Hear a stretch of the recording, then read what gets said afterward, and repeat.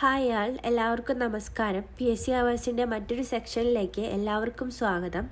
അപ്പോൾ ഇന്ന് നമ്മൾ 10ാം ക്ലാസ്സിലെ തുല്യതാ ടെക്സ്റ്റ് ബുക്കിലെ സോഷ്യൽ സയൻസിലെ 5ാമത്തെ അധ്യായമായ നവഭാരതം നവകേരളം എന്ന ചാപ്റ്ററാണ് എടുക്കാൻ പോകുന്നത്.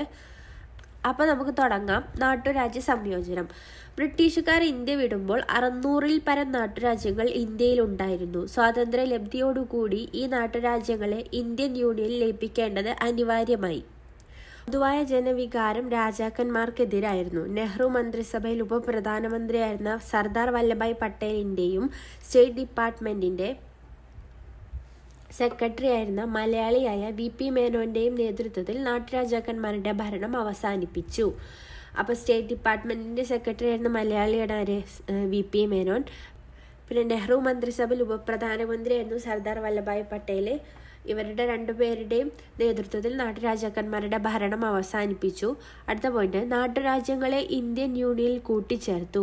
ദേശീയ സുരക്ഷയുമായി ബന്ധപ്പെട്ട തന്ത്രപ്രധാനമായ സ്ഥലങ്ങളെ കേന്ദ്ര ഗവൺമെന്റിന്റെ നേരിട്ടുള്ള നിയന്ത്രണത്തിലാക്കി. ദേശീയ സുരക്ഷയുമായി ബന്ധപ്പെട്ട തന്ത്രപ്രധാനമായ സ്ഥലങ്ങളെ കേന്ദ്ര ഗവൺമെന്റിന്റെ നേരിട്ടുള്ള നിയന്ത്രണത്തിലാക്കി. കഠിന പ്രയത്നത്താൽ നാട്ടുരാജ്യങ്ങളെ ഇന്ത്യൻ യൂണിയനിൽ ലയിപ്പിച്ചതുകൊണ്ട് സർദാർ പട്ടേലിനെ ഇന്ത്യയിലെ ഉരുക്കുമനുഷ്യൻ എന്ന് വിശേഷിപ്പിക്കാറുണ്ട്. അപ്പോൾ ഒന്നുകൂടെ നോക്കാം. ബ്രിട്ടീഷുകാർ ഇന്ത്യ വിടുമ്പോൾ 600-ൽ പരം നാട്ടുരാജ്യങ്ങൾ ഇന്ത്യയിലുണ്ടായിരുന്നു. സ്വാതന്ത്ര്യ ലബ്ധിയോടുകൂടി ഈ നാട്ടുരാജ്യങ്ങളെ ഇന്ത്യൻ യൂണിയനിൽ ലയിപ്പിക്കേണ്ടത് അനിവാര്യമായി. പൊതുവായ ജനവികാരം രാജാക്കന്മാർക്കെതിരായിരുന്നു. നെഹ്റു മന്ത്രിസഭയിൽ ഉപപ്രധാനമന്ത്രിയായിരുന്ന സർദാർ വല്ലഭായ് പട്ടേലിൻ്റെയും സ്റ്റേറ്റ് ഡിപ്പാർട്ട്മെൻറ്റിൻ്റെ സെക്രട്ടറി ആയിരുന്ന മലയാളിയായ ആരാണ്? VP മേനോൻ്റെ നേതൃത്വത്തിൽ നാട്ടുരാജാക്കന്മാരുടെ ഭരണം അവസാനിപ്പിച്ചു. നാട്ടുരാജ്യങ്ങളെ ഇന്ത്യൻ യൂണിയനിൽ കൂട്ടിച്ചേർത്തു. ദേശീയ സുരക്ഷയുമായി ബന്ധപ്പെട്ട തന്ത്രപ്രധാനമായ സ്ഥലങ്ങളെ കേന്ദ്ര ഗവൺമെന്റിന്റെ നേരിട്ടുള്ള നിയന്ത്രണത്തിലാക്കി. കഠിന പ്രയത്നത്താൽ നാട്ടുരാജ്യങ്ങളെ ഇന്ത്യൻ യൂണിയനിൽ ലയിപ്പിച്ചതുകൊണ്ട് സർദാർ വല്ലഭായ് പട്ടേലിനെ എന്താ വിശേഷിപ്പിക്കുന്നത്? ഇന്ത്യയിലെ ഉരുക്കുമനുഷ്യൻ എന്ന് വിശേഷിപ്പിക്കാറുണ്ട്. അപ്പോൾ സർദാർ വല്ലഭായ് പട്ടേലാണ് ഇന്ത്യയിലെ ഉരുക്കുമനുഷ്യൻ എന്നറിയപ്പെടുന്നത്. അടുത്ത പോയിന്റ് നോക്കാം.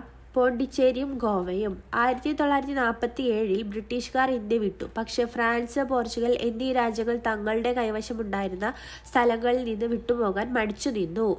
ജനങ്ങളുടെ എതിർപ്പിനെ തുടർന്ന് പോണ്ടിച്ചേരി, മാഹി, യാനം, കാരക്കൽ എന്നീ പ്രദേശങ്ങളിൽ നിന്നും ഫ്രാൻസ് വിട്ടുപോയി. ഇന്ത്യൻ സൈന്യം പോർച്ചുഗീസ് അധീന പ്രദേശമായ ഗോവയിലേക്ക് നീങ്ങിയതോടെ 1961-ൽ പോർച്ചുഗലും ഇന്ത്യ വിട്ടു. ഗോവ, ദാദ്ര നഗർ ഹവേലി എന്നീ പ്രദേശങ്ങൾ ഇന്ത്യ ഗവൺമെന്റിന്റെ നിയന്ത്രണത്തിലായി. അടുത്ത പോയിന്റ് നോക്കാം. ഭരണഘടന രൂപപ്പെടുന്നു. ഇന്ത്യക്ക് തനതായ ഒരു ഭരണഘടന ഉണ്ടാക്കാൻ തീരുമാനിച്ചു. ഭരണഘടനാ നിർമ്മാണ സഭയുടെ അധ്യക്ഷനായിട്ട് ഡോക്ടർ രാജേന്ദ്ര പ്രസാദിനെയും കരടുണ്ടാക്കാനുള്ള കമ്മിറ്റിയുടെ ചെയർമാനായി ഡോക്ടർ BR അംബേദ്കറും ചുമതല ഏൽപ്പിച്ചു. അടുത്ത പോയിന്റ്, 1949 നവംബർ 26 ഭരണഘടനാ നിർമ്മാണ സഭ ഐക്യകണ്ഠേന ഇന്ത്യൻ ഭരണഘടന പാസാക്കി.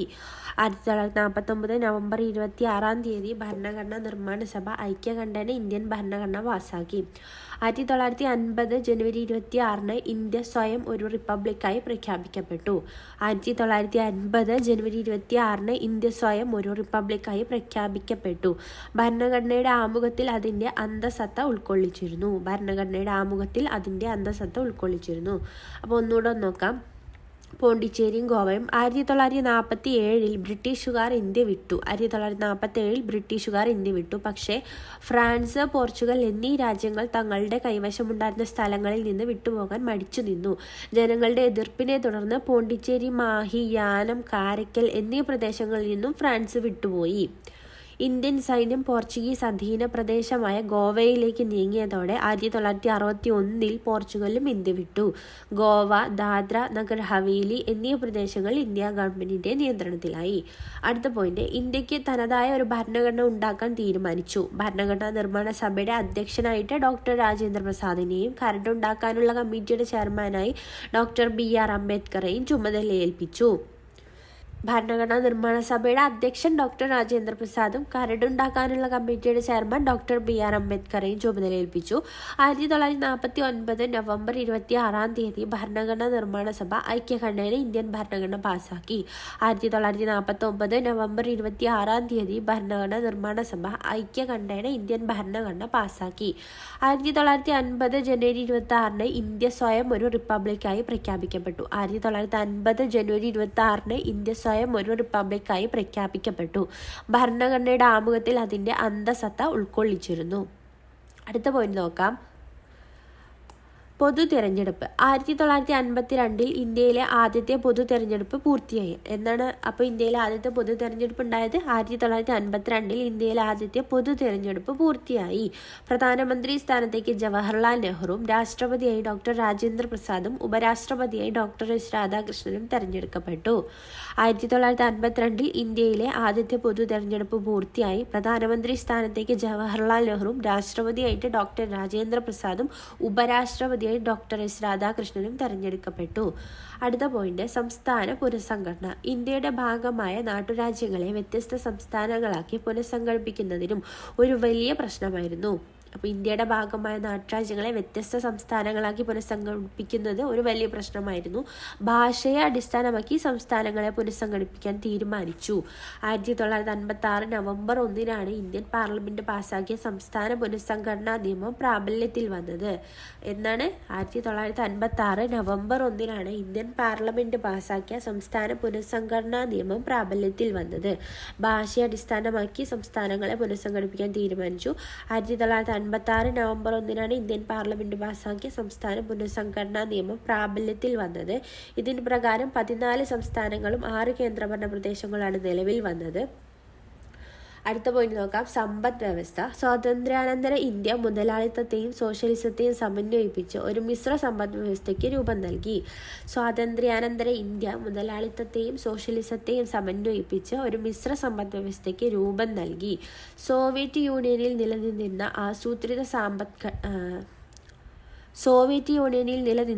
ആസൂത്രിത സമ്പദ്ഘടന, പഞ്ചവത്സര പദ്ധതി, ഗാന്ധിജിയുടെ ഗ്രാമസ്വരാജ് എന്നീ ആശയങ്ങൾക്ക് നമ്മുടെ സമ്പദ് വ്യവസ്ഥ പ്രാധാന്യം നൽകി.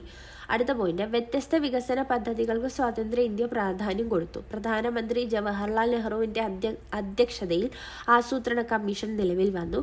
വിദേശ രാജ്യങ്ങളിൽ പണിയെടുക്കുന്ന ശാസ്ത്രജ്ഞന്മാരെയും സാമ്പത്തിക വിദഗ്ധരെയും ഇന്ത്യയിലേക്ക് ക്ഷണിച്ചു കൊണ്ടുവന്ന് രാഷ്ട്രത്തിന്റെ വികസനത്തെ ത്വരിതപ്പെടുത്തി. വിദേശ രാജ്യങ്ങളുടെ സഹായവും ഇന്ത്യ സ്വീകരിച്ചു. അപ്പോൾ ഒന്നുകൂടെ വായിക്കാം. സംസ്ഥാനങ്ങളുടെ അതിനു മുന്നേ പൊതു തെരഞ്ഞെടുപ്പ്. 1952 ഇന്ത്യയിലെ ആദ്യത്തെ പൊതു തെരഞ്ഞെടുപ്പ് പൂർത്തിയായി. പ്രധാനമന്ത്രി സ്ഥാനത്തേക്ക് ജവഹർലാൽ നെഹ്റു. അപ്പോൾ ആരായിരുന്നു 1952 പൊതു തെരഞ്ഞെടുപ്പ് കഴിഞ്ഞപ്പോൾ ഇന്ത്യയുടെ ആദ്യത്തെ പ്രധാനമന്ത്രി? ആരായിരുന്നു? ജവഹർലാൽ നെഹ്റു ആയിരുന്നു. അടുത്തത് രാഷ്ട്രപതി ആരായിരുന്നു? ഡോക്ടർ രാജേന്ദ്ര പ്രസാദ് ആയിരുന്നു. ഉപരാഷ്ട്രപതി ആരായിരുന്നു? ഡോക്ടർ എസ് രാധാകൃഷ്ണൻ തെരഞ്ഞെടുക്കപ്പെട്ടു. അടുത്ത പോയിന്റ്, സംസ്ഥാന പുനഃസംഘടന. ഇന്ത്യയുടെ ഭാഗമായ നാട്ടുരാജ്യങ്ങളെ വ്യത്യസ്ത സംസ്ഥാനങ്ങളാക്കി പുനഃസംഘടിപ്പിക്കുന്നതും ഒരു വലിയ പ്രശ്നമായിരുന്നു. അടുത്തത്, ഭാഷയെ അടിസ്ഥാനമാക്കി സംസ്ഥാനങ്ങളെ പുനഃസംഘടിപ്പിക്കാൻ തീരുമാനിച്ചു. 1956 നവംബർ 1 ഇന്ത്യൻ പാർലമെന്റ് പാസാക്കിയ സംസ്ഥാന പുനഃസംഘടനാ നിയമം പ്രാബല്യത്തിൽ വന്നത്. 1956 നവംബർ 1 ഇന്ത്യൻ പാർലമെന്റ് പാസാക്കിയ സംസ്ഥാന പുനഃസംഘടനാ നിയമം പ്രാബല്യത്തിൽ വന്നത്. ഇതിന് പ്രകാരം 14 സംസ്ഥാനങ്ങളും 6 കേന്ദ്രഭരണ പ്രദേശങ്ങളാണ് നിലവിൽ വന്നത്. 1956 നവംബർ 1 സംസ്ഥാന പുനഃസംഘടനാ നിയമപ്രകാരം എത്ര സംസ്ഥാനങ്ങളാ? 14 സംസ്ഥാനങ്ങളും 6 കേന്ദ്രഭരണ പ്രദേശങ്ങളുമാണ് നിലവിൽ വന്നത്. അടുത്ത പോയിന്റ് നോക്കാം. സമ്പദ് വ്യവസ്ഥ. സ്വാതന്ത്ര്യാനന്തര ഇന്ത്യ മുതലാളിത്തത്തെയും സോഷ്യലിസത്തെയും സമന്വയിപ്പിച്ച് ഒരു മിശ്ര സമ്പദ് വ്യവസ്ഥയ്ക്കാണ് രൂപം നൽകിയത്. സ്വാതന്ത്ര്യാനന്തര ഇന്ത്യ മുതലാളിത്തത്തെയും സോഷ്യലിസത്തെയും സമന്വയിപ്പിച്ച് ഒരു മിശ്ര സമ്പദ് വ്യവസ്ഥയ്ക്കാണ് രൂപം നൽകിയത്. സോവിയറ്റ് യൂണിയനിൽ നിലനിന്നിരുന്ന ആസൂത്രിത സമ്പദ്ഘടന, പഞ്ചവത്സര പദ്ധതി, ഗാന്ധിജിയുടെ ഗ്രാമസ്വരാജ് എന്നീ ആശയങ്ങൾക്ക് നമ്മുടെ സമ്പദ് വ്യവസ്ഥ പ്രാധാന്യം നൽകി. അടുത്ത പോയിന്റ് നോക്കാം. വ്യത്യസ്ത വികസന പദ്ധതികൾക്ക് സ്വതന്ത്ര ഇന്ത്യ പ്രാധാന്യം കൊടുത്തു. പ്രധാനമന്ത്രി ജവഹർലാൽ നെഹ്റുവിന്റെ അധ്യക്ഷതയിൽ ആസൂത്രണ കമ്മീഷൻ നിലവിൽ വന്നു. വിദേശ രാജ്യങ്ങളിൽ പണിയെടുക്കുന്ന ശാസ്ത്രജ്ഞന്മാരെയും സാമ്പത്തിക വിദഗ്ധരെയും ഇന്ത്യയിലേക്ക് ക്ഷണിച്ചു കൊണ്ടുവന്ന് രാഷ്ട്ര വികസനത്തെ ത്വരിതപ്പെടുത്തി. വിദേശ രാജ്യങ്ങളുടെ സഹായവും ഇന്ത്യ സ്വീകരിച്ചു. അടുത്ത പോയിന്റ് നോക്കാം. ഇരുമ്പുരുക്ക് വ്യവസായങ്ങളുമായി ബന്ധപ്പെട്ട് ഇന്ത്യയെ സഹായിച്ച രാജ്യങ്ങളെയാണ് നോക്കാൻ പോകുന്നത്. അപ്പോൾ ഇരുമ്പുരുക്ക് വ്യവസായശാല സഹായിച്ച രാജ്യം വളരെ ഇമ്പോർട്ടൻ്റ് ആയിട്ടുള്ള ഒരു ഏരിയയാണ്. ഇതിൻ്റെ മിക്ക ചോദ്യപേപ്പറിലും ക്വസ്റ്റ്യൻസ് കണ്ടിട്ടുണ്ട്. അപ്പോൾ നമുക്ക് നോക്കാം. ഇരുമ്പുരുക്ക് വ്യവസായശാല ഭിലായ് ഇരുമ്പുരുക്ക് വ്യവസായശാല സഹായിച്ചത് ആരാണ്? സോവിയറ്റ് യൂണിയനാണ്. അതായത് റഷ്യയാണ് ഭിലായിനെ സഹായിച്ചത്, സോവിയറ്റ് യൂണിയനാണ്. റൂർക്കേലയെ സഹായിച്ചത് ജർമ്മനിയാണ്. ദുർഗാപൂറിനെ സഹായിച്ചത് ആരാണ്? ബ്രിട്ടനാണ്. Bhilai Soviet Union, Rourkela Germany, Durgapur Britain. Bhilai Soviet Union, Rourkela Germany, Durgapur ആരാണ്? ബ്രിട്ടനാണ് സഹായിച്ചത്. അപ്പോൾ അടുത്ത പോയിന്റ് നോക്കാം. പഞ്ചവത്സര പദ്ധതികൾ. 5 വർഷം കൊണ്ട് പൂർത്തിയാക്കാവുന്ന പദ്ധതികൾ എന്ന രീതിയിലാണ് പഞ്ചവത്സര പദ്ധതികൾ ആരംഭിച്ചത്. 5 വർഷം കൊണ്ട് പൂർത്തിയാക്കാവുന്ന പദ്ധതികൾ എന്ന രീതിയിലാണ് പഞ്ചവത്സര പദ്ധതികൾ ആരംഭിച്ചത്. 1951 ആരംഭിച്ച 1-ാം പദ്ധതിയിൽ കൃഷിക്കും 1956 ആരംഭിച്ച 2-ാം പദ്ധതിയിൽ വ്യവസായത്തിനും പ്രാധാന്യം നൽകി. 1951 ആരംഭിച്ച 1-ാം പദ്ധതിയിൽ കൃഷിക്കും 1956 ആരംഭിച്ച 2-ാം പദ്ധതിയിൽ വ്യവസായത്തിനും പ്രാധാന്യം നൽകി. വമ്പൻ അണക്കെട്ടുകൾ നിർമ്മിച്ച് ജലസേചന മേഖല മെച്ചപ്പെടുത്തി. രാസവളം, കീടനാശിനി ഫാക്ടറികൾ, കാർഷിക ഗവേഷണ സ്ഥാപനങ്ങൾ എന്നിവ രാജ്യത്ത് കൃഷി മേഖല അഭിവൃദ്ധിപ്പെടുന്നതിന് കാരണമായി. അടുത്ത പോയിന്റ് നോക്കാം. ജലസേചനം, കൃഷിയന്ത്രങ്ങൾ, രാസവളം, കീടനാശിനികൾ, അത്യുൽപാദന ശേഷിയുള്ള വിത്തുകൾ എന്നിവയുടെ നിർമ്മാണത്തിന് വൻതോതിൽ മൂലധന നിക്ഷേപം നടന്നതിന്റെ ഭാഗമായി ഇന്ത്യയിലെ കാർഷികോൽപാദനം ഗണ്യമായി വർദ്ധിച്ചു. ഇതാണ് ഹരിത വിപ്ലവം എന്നറിയപ്പെടുന്നത്. കന്നുകാലി പരിപാലനം, പാലുൽപാദനം എന്നീ മേഖലകളിൽ ഉണ്ടായ വർധനവാണ് ധവള വിപ്ലവം എന്നുകൊണ്ട് ഉദ്ദേശിക്കുന്നത്. അടുത്ത പോയിന്റ് നോക്കാം. ശാസ്ത്ര സാങ്കേതിക മേഖലകളാണ്.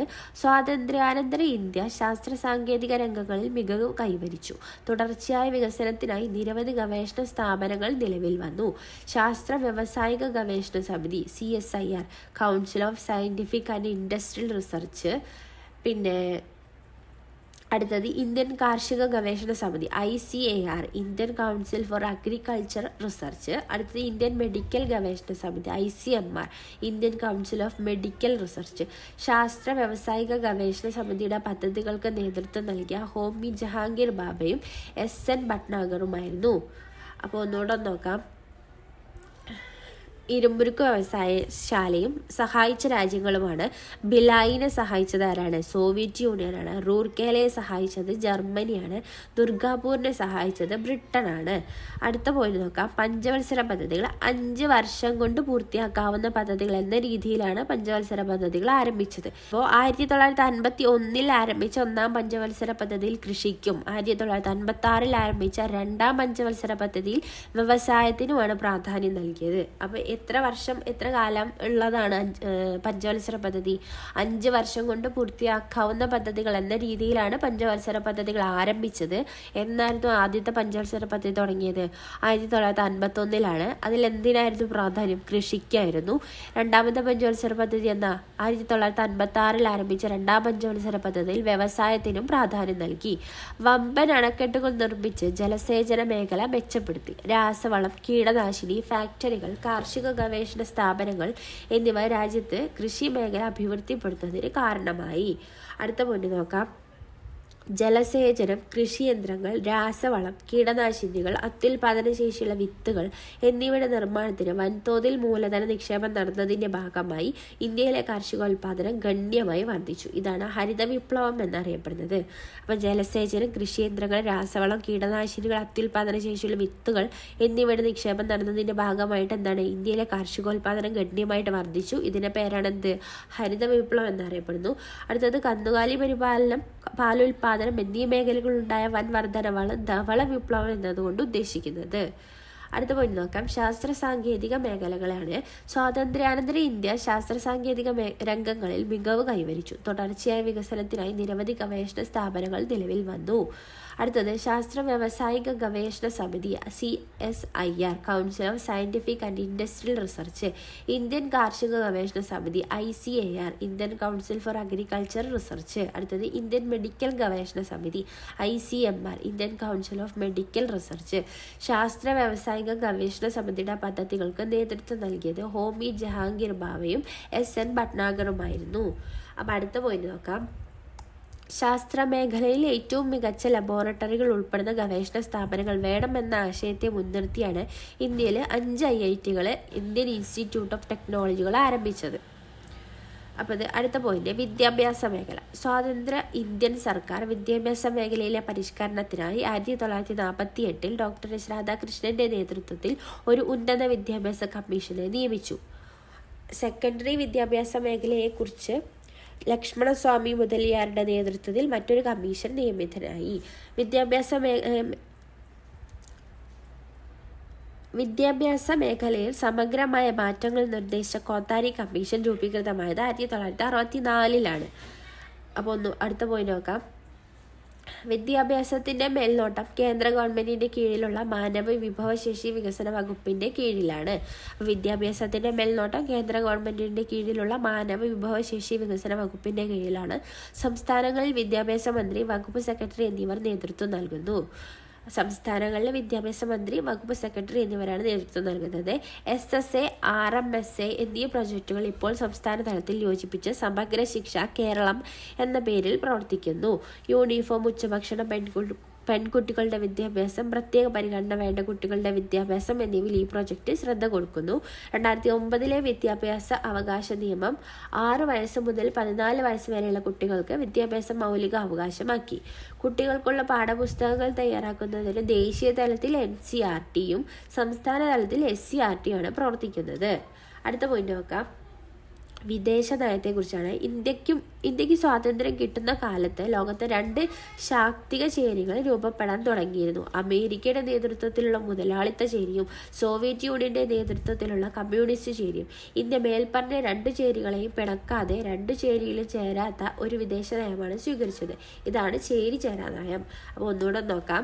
ശാസ്ത്രമേഖലയിൽ ഏറ്റവും മികച്ച ലബോറട്ടറികൾ ഉൾപ്പെടുന്ന ഗവേഷണ സ്ഥാപനങ്ങൾ വേണമെന്ന ആശയത്തെ മുൻനിർത്തിയാണ് ഇന്ത്യയിൽ 5 IIT-കൾ, അതായത് ഇന്ത്യൻ ഇൻസ്റ്റിറ്റ്യൂട്ട് ഓഫ് ടെക്നോളജി ആരംഭിച്ചത്. അടുത്ത പോയി നോക്കാം. വിദ്യാഭ്യാസ മേഖല. സ്വതന്ത്ര ഇന്ത്യൻ സർക്കാർ വിദ്യാഭ്യാസ മേഖലയിലെ പരിഷ്കരണത്തിനായി 1948 ഡോക്ടർ S. രാധാകൃഷ്ണന്റെ നേതൃത്വത്തിൽ ഒരു ഉന്നത വിദ്യാഭ്യാസ കമ്മീഷനെ നിയമിച്ചു. അടുത്ത പോയി നോക്കാം. സെക്കൻഡറി മേഖലയിലെ വിദ്യാഭ്യാസത്തെക്കുറിച്ച് ലക്ഷ്മണസ്വാമി മുതലിയാരുടെ നേതൃത്വത്തിൽ മറ്റൊരു കമ്മീഷൻ നിയമിതമായി.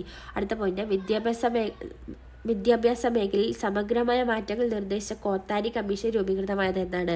1964. അപ്പോൾ 1948 Radhakrishnan commission, doctor S. Radhakrishnan commission.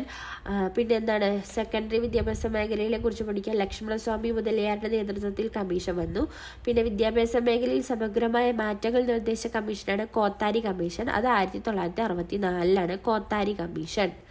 അടുത്ത പോയിന്റ് നോക്കാം. വിദ്യാഭ്യാസത്തിന്റെ മേൽനോട്ടം കേന്ദ്ര ഗവൺമെന്റിന്റെ കീഴിലുള്ള മാനവ വിഭവശേഷി വികസന വകുപ്പിന്റെ കീഴിലാണ്. സംസ്ഥാനങ്ങളിൽ വിദ്യാഭ്യാസ മന്ത്രി, വകുപ്പ് സെക്രട്ടറി എന്നിവരാണ് ഇതിന് നേതൃത്വം നൽകുന്നത്. അടുത്ത പോയിന്റ് SSA, RMSA എന്നീ പ്രൊജക്റ്റുകൾ ഇപ്പോൾ സംസ്ഥാന തലത്തിൽ യോജിപ്പിച്ച് സമഗ്ര ശിക്ഷ കേരളം എന്ന പേരിൽ പ്രവർത്തിക്കുന്നുണ്ട്. അടുത്ത പോയി നോക്കാം.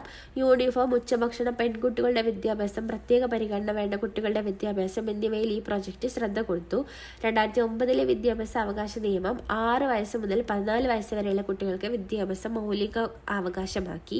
കുട്ടികൾക്കുള്ള പാഠപുസ്തകങ്ങൾ തയ്യാറാക്കുന്നതിന് ദേശീയ തലത്തിൽ NCERT-യും സംസ്ഥാന തലത്തിൽ SCERT-യുമാണ് പ്രവർത്തിക്കുന്നത്. അടുത്ത പോയിന്റാണ് വിദേശ നയം.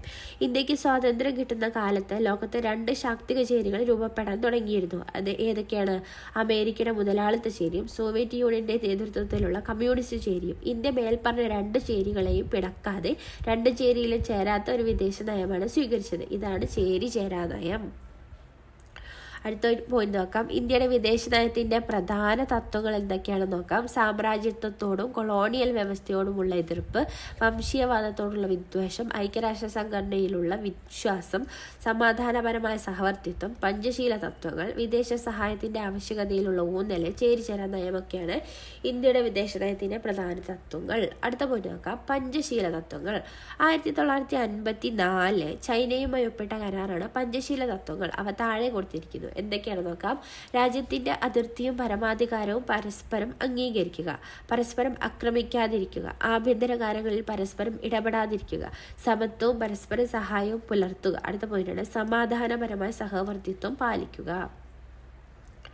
അടുത്ത പോയി നോക്കാം. ഇന്ത്യയും ബഹിരാകാശ ഗവേഷണവും. 1969 രൂപം കൊണ്ട ഇന്ത്യൻ ബഹിരാകാശ ഗവേഷണ സംഘടനയാണ് ഇന്ത്യയിൽ ബഹിരാകാശ ഗവേഷണങ്ങൾക്ക് നേതൃത്വം നൽകുന്നത്.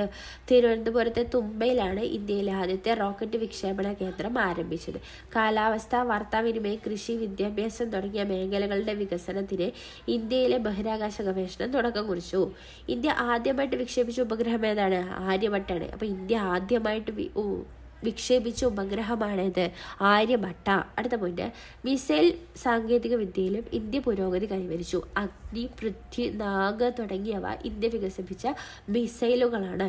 ഡോക്ടർ APJ അബ്ദുൽ കലാം ഈ രംഗത്ത് വിലപ്പെട്ട സംഭാവനയാണ് നൽകിയിട്ടുള്ളത്. അപ്പോൾ ഒന്നുകൂടെ നോക്കാം. ഇന്ത്യയുടെ വിദേശ നയത്തിൻ്റെ പ്രധാന തത്വങ്ങൾ എന്തൊക്കെയാണെന്ന് നോക്കാം. സാമ്രാജ്യത്വത്തോടും കൊളോണിയൽ വ്യവസ്ഥയോടുമുള്ള എതിർപ്പുണ്ടായിരുന്നു. 2, വംശീയവാദത്തോടുള്ള വിദ്വേഷമുണ്ടായിരുന്നു. അടുത്ത പോയിന്റ്, ഐക്യരാഷ്ട്ര സംഘടനയിലുള്ള വിശ്വാസമുണ്ടായിരുന്നു. 4, സമാധാനപരമായ സഹവർത്തിത്വം. 5, പഞ്ചശീല തത്വങ്ങൾ. അടുത്തത്, വിദേശ സഹായത്തിൻ്റെ ആവശ്യകതയിലുള്ള ഊന്നൽ. അടുത്ത പോയിന്റാണ് ചേരിചേരാ നയം. അപ്പോൾ പഞ്ചശീല തത്വങ്ങൾ എന്താണെന്ന് നോക്കാം. 1954 ചൈനയുമായി ഒപ്പിട്ട കരാറാണ് പഞ്ചശീല തത്വങ്ങൾ. ഇവ താഴെ എന്തൊക്കെയാണ് കരാറിലിട്ടതെന്ന് നോക്കാം. രാജ്യത്തിൻ്റെ അതിർത്തിയും പരമാധികാരവും പരസ്പരം അംഗീകരിക്കുക, പരസ്പരം ആക്രമിക്കാതിരിക്കുക, ആഭ്യന്തര കാര്യങ്ങളിൽ പരസ്പരം ഇടപെടാതിരിക്കുക, സമത്വവും പരസ്പര സഹായവും പുലർത്തുക, സമാധാനപരമായ സഹവർത്തിത്വം പാലിക്കുക. അടുത്ത പോയിന്റാണ് ഇന്ത്യൻ ബഹിരാകാശ ഗവേഷണം. 1969 രൂപം കൊണ്ട ഇന്ത്യൻ ബഹിരാകാശ ഗവേഷണ സംഘടനയാണ് ഇന്ത്യയിൽ ബഹിരാകാശ ഗവേഷണങ്ങൾക്ക് നേതൃത്വം നൽകുന്നത്. തിരുവനന്തപുരത്ത് തുമ്പയിലാണ് ഇന്ത്യയിലെ ആദ്യത്തെ റോക്കറ്റ് വിക്ഷേപണ കേന്ദ്രം ആരംഭിച്ചത്. കാലാവസ്ഥ, വാർത്താവിനിമയം, കൃഷി, വിദ്യാഭ്യാസം തുടങ്ങിയ മേഖലകളുടെ വികസനത്തിന് ഇന്ത്യയിലെ ബഹിരാകാശ ഗവേഷണം തുടക്കം കുറിച്ചു. ഇന്ത്യ ആദ്യമായി വിക്ഷേപിച്ച ഉപഗ്രഹമാണിത് ആര്യഭട്ട. അടുത്ത പോയിന്റ്, മിസൈൽ സാങ്കേതിക വിദ്യയിലും ഇന്ത്യ പുരോഗതി കൈവരിച്ചു. അഗ്നി, പൃഥ്വി, നാഗ് തുടങ്ങിയവ ഇന്ത്യ വികസിപ്പിച്ച മിസൈലുകളാണ്. ഡോക്ടർ APJ അബ്ദുൽ കലാമാണ് ഈ രംഗത്ത് വിലപ്പെട്ട സംഭാവനകൾ നൽകിയ ആള്. അടുത്ത പോയിന്റ് നോക്കാം. ഇന്ത്യയുടെ ആദ്യത്തെ ചാന്ദ്ര പരീക്ഷണ ദൗത്യമായ ചന്ദ്രയാൻ 2008 ഒക്ടോബറിൽ തുടക്കം കുറിച്ചു. ഇന്ത്യൻ ബഹിരാകാശ വകുപ്പിന്റെ ചൊവ്വാ ദൗത്യത്തിന്റെ പേരാണെന്ത്? മംഗൾയാൻ. ചൊവ്വയുടെ നിരവധി ചിത്രങ്ങൾ മംഗൾയാൻ നമുക്ക് പകർത്തി തന്നിട്ടുണ്ടായിരുന്നു. അടുത്ത പോയിന്റ് നോക്കാം. ആസൂത്രണം. വ്യത്യസ്ത മേഖലകളിൽ നടക്കേണ്ട വികസന പ്രവർത്തനങ്ങൾ ആസൂത്രണം ചെയ്ത് നടപ്പിലാക്കേണ്ടതുണ്ട്. ഭരണഘടനയുടെ നിർദ്ദേശക തത്വങ്ങളിൽ നിന്നുമാണ് ആസൂത്രണത്തിന്റെ ഉദ്ദേശ ലക്ഷ്യങ്ങൾ രൂപം കൊണ്ടത്. സ്വാതന്ത്ര്യാനന്തരം പൊതുമേഖലയ്ക്കാണ് ഊന്നൽ നൽകിയിരുന്നത്. ഇന്ന് പൊതുമേഖലയും സ്വകാര്യ മേഖലയും ഒരുപോലെ പ്രവർത്തിക്കുന്നു. മുമ്പ് ആസൂത്രണത്തിനായി രൂപം നൽകിയ ആസൂത്രണ കമ്മീഷന് പകരം 2015 നിലവിൽ വന്ന സംവിധാനമാണെന്ത്? നീതി ആയോഗ്. അപ്പം നീതി ആയോഗിന്റെ ഫുൾ എന്താണ്? Niti Aayog national institution for transforming India. Niti ആയോഗിൻ്റെ ഫുള്ളാണ് national institution for transforming India. അടുത്ത പോയിന്റാണ്, ഇതിൻ്റെ അധ്യക്ഷൻ പ്രധാനമന്ത്രിയാണ്. അപ്പം നീതി ആയോഗിൻ്റെ അധ്യക്ഷൻ ആരാണ്? പ്രധാനമന്ത്രിയാണ്. നീതി ആയോഗ് 2015 ജനുവരി 1 തുടങ്ങിയത്. തുടക്കത്തിലെ അധ്യക്ഷൻ ആരാണ്? നരേന്ദ്രമോദിയാണ്. ഇപ്പോഴത്തെ അധ്യക്ഷൻ ആരാണ്? നമ്മുടെ പ്രധാനമന്ത്രിയായ നരേന്ദ്രമോദിയാണ്. കേന്ദ്ര ഗവൺമെൻറ്റിൻ്റെ നയപരിപാടികൾ രൂപീകരിക്കുന്നതിൽ നീതി ആയോഗ് പ്രധാന പങ്ക് വഹിക്കുന്നുണ്ട്. കേന്ദ്ര ഗവൺമെൻറ്റിൻ്റെ നയപരിപാടികൾ രൂപീകരിക്കുന്നതിൽ നീതി ആയോഗ് പ്രധാന പങ്ക് വഹിക്കുന്നുണ്ട്. അടുത്ത പോയിന്റ് നോക്കാം. നവകേരളം. ജാതി ജന്മി നാടുവാഴിത്ത മേധാവിത്വത്തിനും ബ്രിട്ടീഷ് ഭരണത്തിനും എതിരായ ചെറുത്തുനിൽപ്പുകളാണ് ഇന്ത്യയുടെ സ്വാതന്ത്ര്യ സമര പ്രസ്ഥാനത്തിൽ സജീവമായി പങ്കെടുക്കാൻ കേരളീയരെ സഹായിച്ചത്. ദേശീയ പ്രസ്ഥാനത്തിൻ്റെ ആവിർഭാവത്തോടെ ഐക്യ കേരളം എന്ന സങ്കല്പം മലയാളികളിൽ വേരുറയ്ക്കാൻ തുടങ്ങി. ഒരേ ഭാഷ സംസാരിക്കുന്നവർ വ്യത്യസ്ത പ്രദേശക്കാരായി നിന്നതിൻ്റെ അനുഭവം കേരളീയർക്ക് ഉണ്ടായിരുന്നു. തിരുവിതാംകൂർ, കൊച്ചി, മലബാർ എന്ന വേർതിരിവ് മലയാളികളുടെ ഐക്യബോധത്തിന് തടസ്സമായിരുന്നു. ദേശീയ പ്രസ്ഥാനത്തിൻ്റെ അലയൊലികൾ ഇന്ത്യയുടെ വിവിധ കോണുകളിൽ ഉയർന്നപ്പോൾ മലയാളികളുടെ ഐക്യം എന്ന ആശയവും വളർന്നു വന്നു. 1924 വൈക്കം സത്യാഗ്രഹവും 1931-32 കാലത്തെ ഗുരുവായൂർ സത്യാഗ്രഹമൊക്കെ ഇതിന് ഉദാഹരണമാണ്. അപ്പോൾ ഒന്നുകൂടെ നോക്കിയിട്ട് പോകും അടുത്ത പേജിക്ക്. അപ്പോൾ ഇന്ത്യയുടെ ആദ്യത്തെ ചന്ദ്ര പരീക്ഷണ ദൗത്യം ഏതാണ്? ചന്ദ്രയാനാണ്. 2008 ഒക്ടോബറിൽ തുടക്കം കുറിച്ചു. ഇന്ത്യൻ ബഹിരാകാശ വകുപ്പിൻ്റെ ചൊവ്വാ ദൗത്യത്തിൻ്റെ പേരാണെന്ത്? മംഗൾയാൻ. അടുത്ത പോയിന്റ് നോക്കാം. ആസൂത്രണം. വ്യത്യസ്ത മേഖലകളിൽ നടക്കേണ്ട വികസന പ്രവർത്തനങ്ങൾ ആസൂത്രണം ചെയ്ത് നടപ്പിലാക്കേണ്ടതുണ്ട്. ഭരണഘടനയുടെ നിർദ്ദേശക തത്വങ്ങളിൽ നിന്നുമാണ് ആസൂത്രണത്തിന്റെ ഉദ്ദേശ ലക്ഷ്യങ്ങൾ രൂപം കൊണ്ടത്. അടുത്ത പോയിന്റാണ്, സ്വാതന്ത്ര്യാനന്തരം പൊതുമേഖലയ്ക്കാണ് ഊന്നൽ നൽകിയിരുന്നത്. അടുത്തത്, ഇന്ന് പൊതുമേഖലയും സ്വകാര്യ മേഖലയും ഒരേപോലെ പ്രവർത്തിക്കുന്നുണ്ട്. അടുത്ത പോയിന്റ് നോക്കാം. മുമ്പ് ആസൂത്രണത്തിനായി രൂപം നൽകിയ കമ്മീഷനാണ് എന്താ? ആസൂത്രണ കമ്മീഷൻ. അതിന് പകരം 2015 നിലവിൽ വന്ന സംവിധാനമാണ് നീതി ആയോഗ്. നീതി ആയോഗിന്റെ ഫുൾ എന്താണ്? National institution for transforming India. ഇതിൻ്റെ അധ്യക്ഷൻ എപ്പോഴും ആരാണ്? പ്രധാനമന്ത്രി ആയിരിക്കും. കേന്ദ്ര ഗവൺമെൻറ് കേന്ദ്ര ഗവൺമെൻറ്റിൻ്റെ നയപരിപാടികൾ രൂപീകരിക്കുന്നതിൽ നീതി ആയോഗ് പ്രധാന പങ്ക് വഹിക്കുന്നുണ്ട്. അടുത്ത പോയിന്റ് നോക്കാം. നവകേരളം ജാതി ജന്മിനാട് വാഴ്ത്ത മേധാവിത്വത്തിനും ബ്രിട്ടീഷ് ഭരണത്തിനും എതിരായ ചെറുത്തുനിൽപ്പുകളാണ് ഇന്ത്യയുടെ സ്വാതന്ത്ര്യ സമര പ്രസ്ഥാനത്തിൽ സജീവമായി പങ്കെടുക്കാൻ കേരളീയരെ സഹായിച്ചത്. ദേശീയ പ്രസ്ഥാനത്തിൻ്റെ ആവിർഭാവത്തോടെ ഐക്യ കേരളം എന്ന സങ്കല്പം മലയാളികൾ വേരുറയ്ക്കാൻ തുടങ്ങി. ഒരേ ഭാഷ സംസാരിക്കുന്നവർ വ്യത്യസ്ത പ്രദേശക്കാരായി നിന്നതിൻ്റെ അനുഭവം കേരളീയർക്ക് ഉണ്ടായിരുന്നു. തിരുവിതാംകൂർ, കൊച്ചി, മലബാർ എന്ന വേർതിരിവ് മലയാളികളുടെ ഐക്യബോധത്തിന് തടസ്സമായിരുന്നു. ദേശീയ പ്രസ്ഥാനത്തിൻ്റെ അലയൊലികൾ ഇന്ത്യയുടെ വിവിധ കോണുകളിൽ വരുന്നപ്പോൾ മലയാളികളുടെ ഐക്യം എന്ന ആശയവും വളർന്നു വന്നു. അടുത്ത പോയിന്റ് 1924 വൈക്കം സത്യാഗ്രഹവും 1931-32 കാലത്തെ ഗുരുവായൂർ സത്യാഗ്രഹവും ഒക്കെ കേരളത്തിൻ്റെ എല്ലാ ഭാഗത്തുമുള്ള ആളുകളുടെ പങ്കാളിത്തം കൊണ്ട് ശ്രദ്ധേയമായിട്ടുണ്ട്.